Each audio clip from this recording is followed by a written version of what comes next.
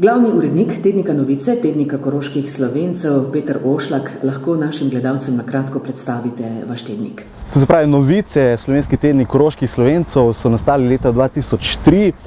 To gre za skupni projekt dveh krovnih političnih organizacij koroških Slovencev, Narodnega sveta koroških Slovencev in Zveze slovenskih organizacij, ki sta predtem vsaka izdajala svoj časopis.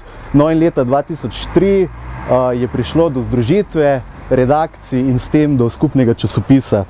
Novice izhajajo vsak petek, v nakladi 3500 izvodov in tedensko s tem dosežemo približno 10 000 bralcev, pri čemer je seveda večina naših bralcev tukaj na avstrijskem Koroškem, veliko in vedno več naših bralcev pa je tudi na slovenski strani Koroške, pa tudi v urbanih centrih v Sloveniji, predvsem v Ljubljani.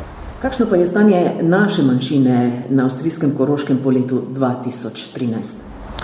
No, politično in družbeno situacijo slovenske narodne skupnosti na avstrijskem Koroškem ste verjetno tudi na slovenski strani dolga leta z velikim zanimanjem spremljali.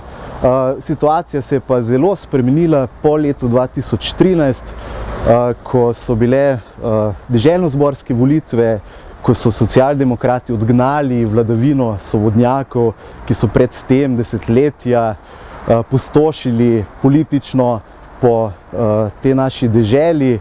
No, situacija se je zdaj v teh približno 2 letih predvsem na simbolični ravni spremenila na bolje, konkretnih rezultatov pa žal še ni, to pa predvsem zaradi tega, ker Socialni demokrati in koalicija zelenih, črnih in rdečih na Koroškem dela s počasnim tempom, ampak imajo določene cilje, ki jih hočejo zdaj v naslednjih mesecih uresničiti. To je recimo na primer rešitev slovenske glasbene šole, kar je trenutno eno najbolj perečih vprašanj slovenske narodne skupnosti tukaj na Koroškem.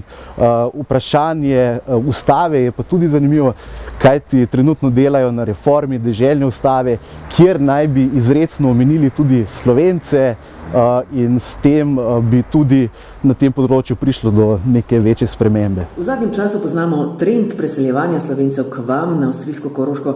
Kakšen je vaš pogled na ta aktualni trend?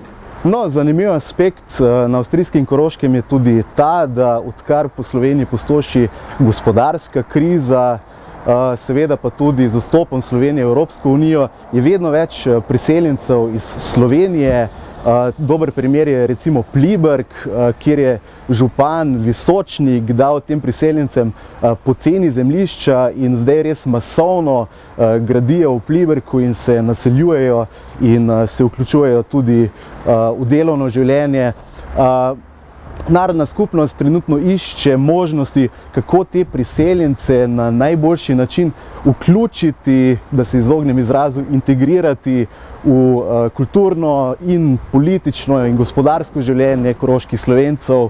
In seveda je tu tudi vprašanje, ali bi to Slovenci sprejeli. Jaz sem prepričan, da bi, če bi le zvedeli za vse te možnosti, koliko kulturnih ustanov je tukaj na Koroškem, slovenskih kulturnih ustanov.